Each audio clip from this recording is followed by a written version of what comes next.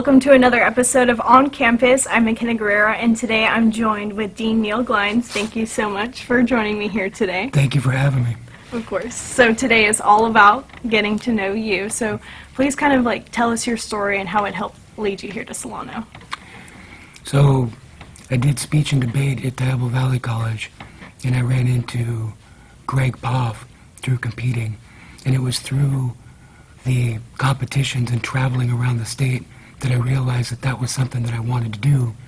And so I transferred on a debate scholarship to Carroll College and completed my bachelor's degree in communications, and then went to Cal State Northridge and coached debate while I was there finishing up my master's degree. And that gave me the ability to teach speech and debate, but also coach it as well. And then Gary Drabelbus used to coach here with Greg, and he went out on a sabbatical, so I was fortunate enough to come here and be his sabbatical replacement, which then got me accustomed to the culture here and have a love for the students. Then when they had a full-time position open, I applied and was fortunate enough to get a job here, and then I coached speech and debate for 14 years before becoming dean here. Now, when you were at DVC, I heard you were an outstanding debater. So kind of tell us what your experience was like there. I didn't know. I was in a speech class at night. I was working sheet metal during the day, and my instructor said, "You talk pretty good. We have somebody who's not going to nationals. Would you like to come?" And I was kind of worried about it at first, but then he told me it was in Cocoa Beach, Florida, and they were paying. So I was like, yeah, I'll go and check it out. And being there, I realized that it was something that I enjoyed to do, but also you learned a lot about different topics through debating other people. And so that had my drive to continue to practice and read and get up on arguments and current events. And so, each and every tournament that we went to got a little bit better and better at it. And so fostered my love for speech and debate. Now, you're a NorCal guy, Yep. Grew up in Pleasant Hill, then you went on to Carroll College. Was there a huge culture shock going from your home and then going to Montana? There was. I remember packing my truck and driving away and wondering if this was the right decision, because there's long stretches of highway where you don't pass by anybody or anything. Carroll College had approximately at the time, I think, 1,200 students on campus, and that was like its entire population. My high school had more people than that.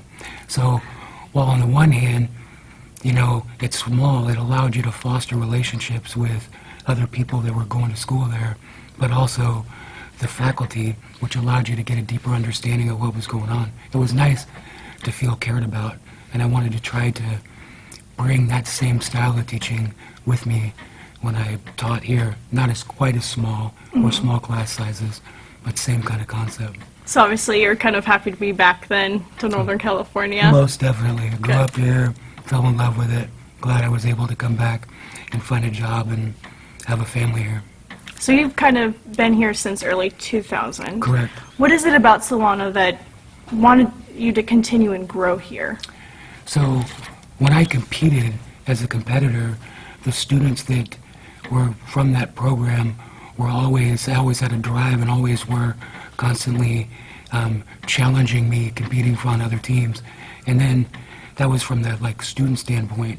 But then when I had the opportunity to do the sabbatical replacement here for that semester, I had an opportunity to, spend a lot of time with students, because traveling on the speech and debate team, you're away with students sometimes from Thursday to Sunday, and then at state and nationals, you're gone sometimes 7, maybe 11 days with them. So you really get to know them and their stories. And the students here at Solano I really connected with, and I knew that this was going to be the place I wanted to get full-time employment, and it turned out it worked out that way. So Solano kind of has that family aspect for you. Very much so, not only in the classroom, but also with the faculty. Like being dean of the School of Liberal Arts, there's a real family atmosphere in the school and department meetings, and there's a good working relationship between the different departments and disciplines, which allows collaboration, but also allows for people to help enrich each other's programs and in turn benefit the students as well. Now you've taught communications. Yes. You were the director of speech and debate, and now you're the dean of fine arts. Do you have like a favorite memory or something from these years here? I don't know so much about a favorite memory. I think that the work, two things stand out from perspective of what directly impacts students. The English department has really been ahead of the game, with community colleges in the state with respects to acceleration, which allows students, and in doing so, has gotten rid of a lot of the developmental curriculum that students will get stuck in and have difficulty moving forward. So through acceleration now we look at multiple measures, we take a look at people's high school GPA and help place them into, hopefully, transfer level English straight away, thus opening the doors for them much sooner to English and then other transfer level courses as well. So I think that the work of the English department I'm very proud of, but also very current, more recently, would be ASL.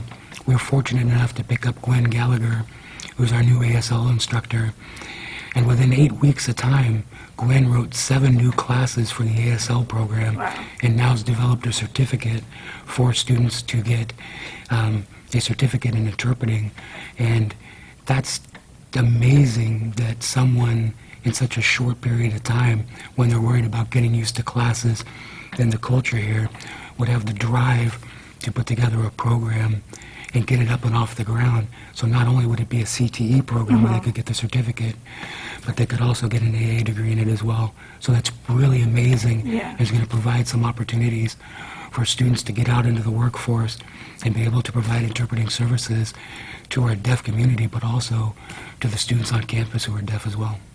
Now you've seen a lot of people come and go here, so I'm gonna kind of put you on the spot. Have you had like a favorite student or someone that gave you that wow factor, or maybe even kind of touched your heart like while you were here, or what? I think that there's been several teams that I think have that connection to me.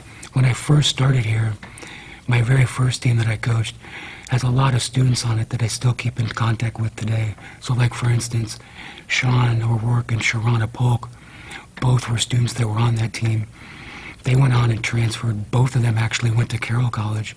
And then Sharana went to Cal State Northridge and got her master's degree. Sharana is now running a thriving program at Orange Coast College, and Sean is coaching as well. And so I keep in contact with the two of them often, and like at Christmas time and stuff, we'll get together, and they have kids now, and so it's fun to kind of see the families get together and stuff. So it's those kind of connections, and I think that that's inherent of being in an activity where you spend so much time with students. You see them grow, and then when they leave the program, you're constantly rooting for them and wanting them to be successful as they move on. And we here at Solano have been super fortunate that many of our students, almost all of them, have transferred to four-year programs, most of which on debate scholarships, and they've gone on to better themselves through an activity that when they first got into were like, this public speaking thing's maybe not for me. Yeah. And now they see the impact it's had on them in their lives. Now, being the Dean of Fine Arts, kind of explain to us your everyday role. So, I do many things. I listen to students' concerns about instruction that's taking place in the classroom, develop budgets and advocate for the programs at like the dean level, but also at the school level. We take a look at the data surrounding different programs to see whether or not maybe some additional funding could be beneficial to them. We can take a look and see potentially if more instructors could be beneficial in a program. And then I think the most favorite part is I get the opportunity to go into the classroom setting and see instruction taking place, and it really makes, it's weird. I taught for so long and became a dean. It should have been backwards, in that I got to see other people instruct to benefit my teaching and thus help students, because now I'm out of the classroom. However, I get to see all these approaches that benefit students, and I was like, that would have been great when I was teaching back then. So that's my favorite part, is I get to see what's happening and see the transformation taking place on a day-to-day basis. And you kind of talked about how so many of the programs at Solano have just gotten so big and are doing so well. What do you kind of see for the fine arts programs, like in the future? In the future? So I think right now, and this right here is an example of that, like sports broadcasting started off when they had maybe like 2 cameras and were doing games and the like, and now they have a TV studio, they've got the set that you're looking at here, and I think that the future for sports broadcasting is pretty bright to the extent that this library building is going to get renovated. They're going to build a brand new one, then they're going to take this one down. So we actually get to design a space that's beneficial for students and also have a direct impact on them being able to get jobs moving forward. So I think there's tremendous growth here. I also think that the ASL certificate that I spoke to you about earlier, I'm taking an ASL class right now with that instructor because I wanted to learn how to communicate with her. But in that class, looking at the students who are in there and their genuine desire to want to get an interpreting certificate, there's going to be tremendous growth there, I think, as well. The theater and music also have benefited from the 1200 building being renovated.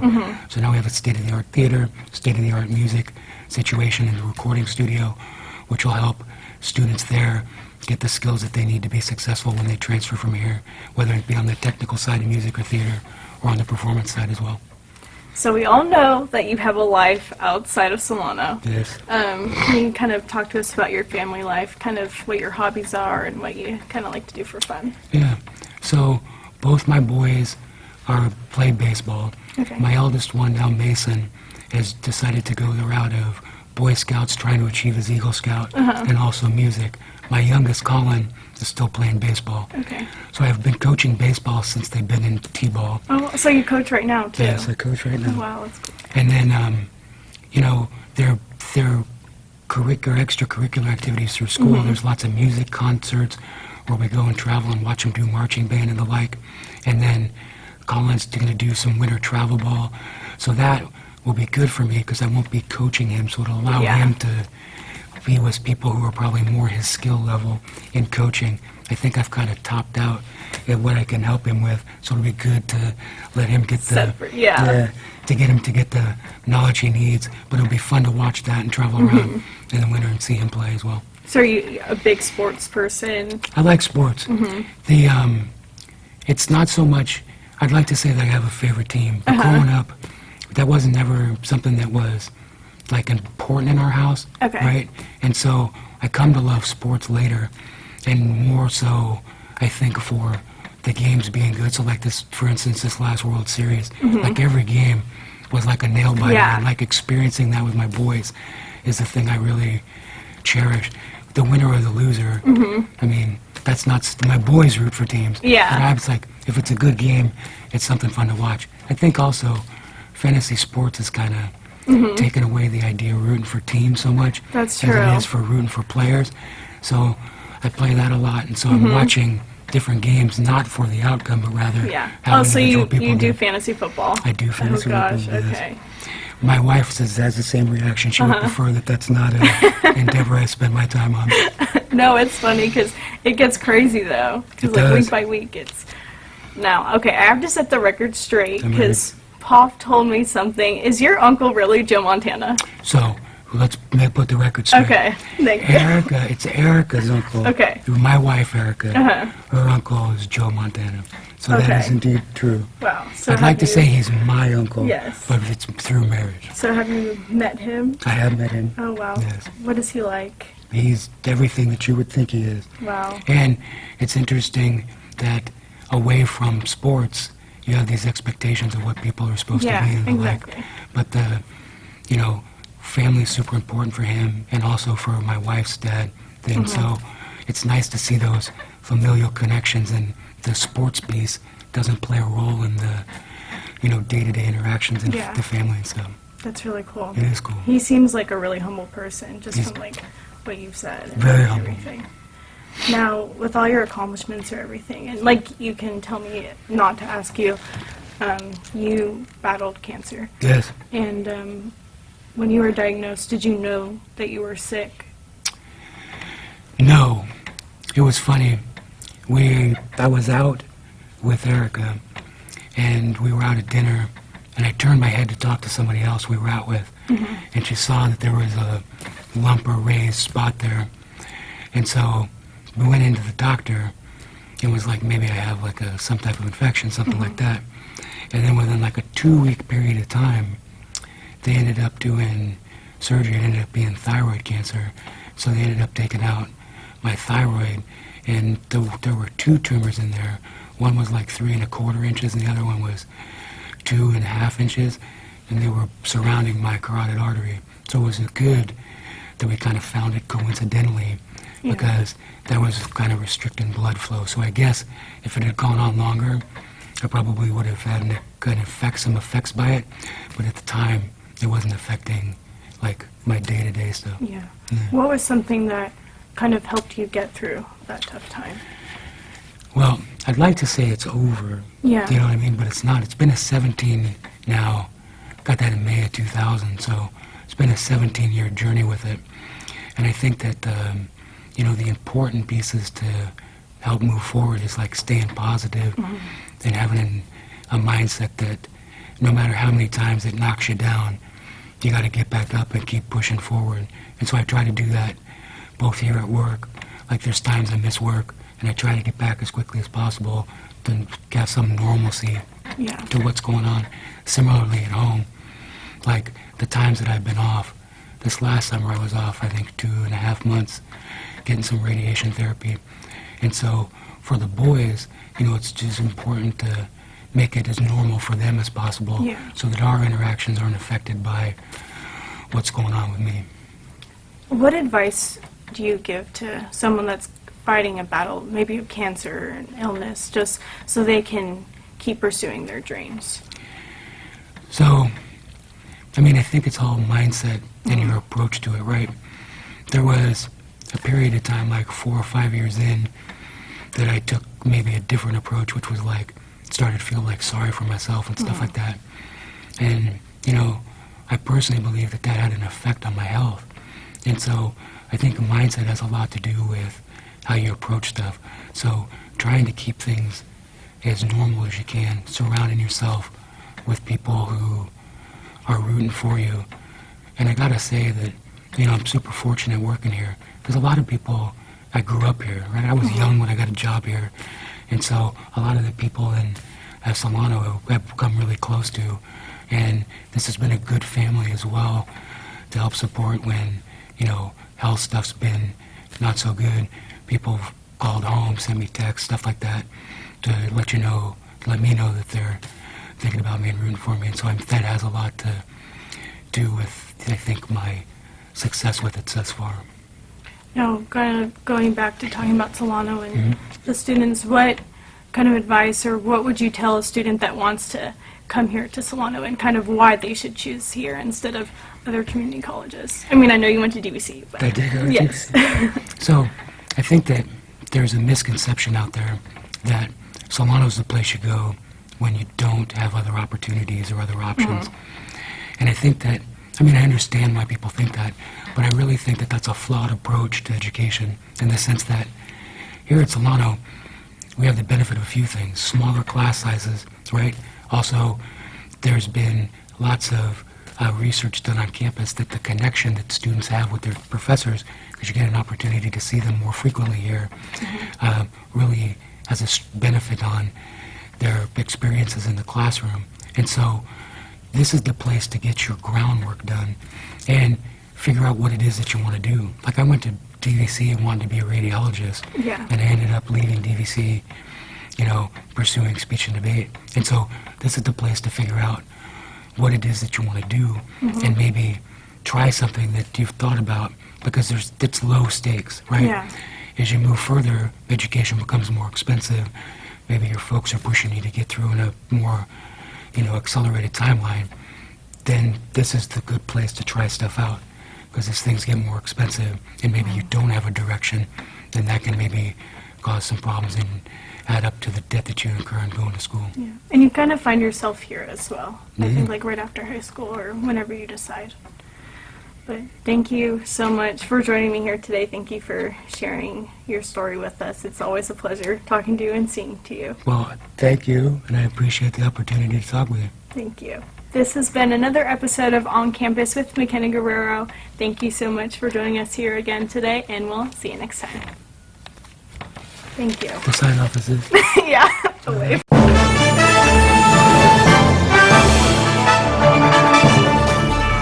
The exponential growth from the program from my first year to my third year now, that's what keeps me coming back and keeps me excited and just like fulfills me as a person. I've been taking classes here for years now, so I've never actually had a class that I enjoyed quite like this one. You know, I think it teaches you a lot about, it's confidence building to me. It's so impressive, and we every time we walk in here, you guys are doing something different. It's great. It's great. Nothing but opportunities here, and we have sports to cover, we have the equipment. Because the more ambitious you are, the more opportunities you'll have. And POF with this program lets you be as ambitious as you want and lets you express yourself the way a teacher should let you. So, like I said, it's really gratifying to us to be able to help in a way where we can see immediate results. And I think the sky's the limit, really, with what we can do here. Get the hands-on experience. I mean, on-the-job training is huge. Yeah. It's huge in this industry. Joining the class was the best decision I ever made.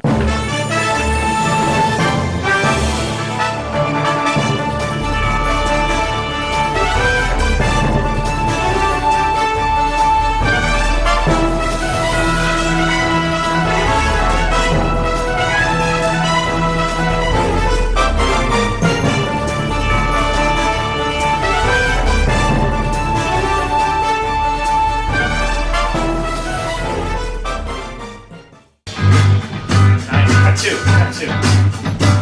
And cut three, hold the shot. Stand by, we're gonna go to cut one.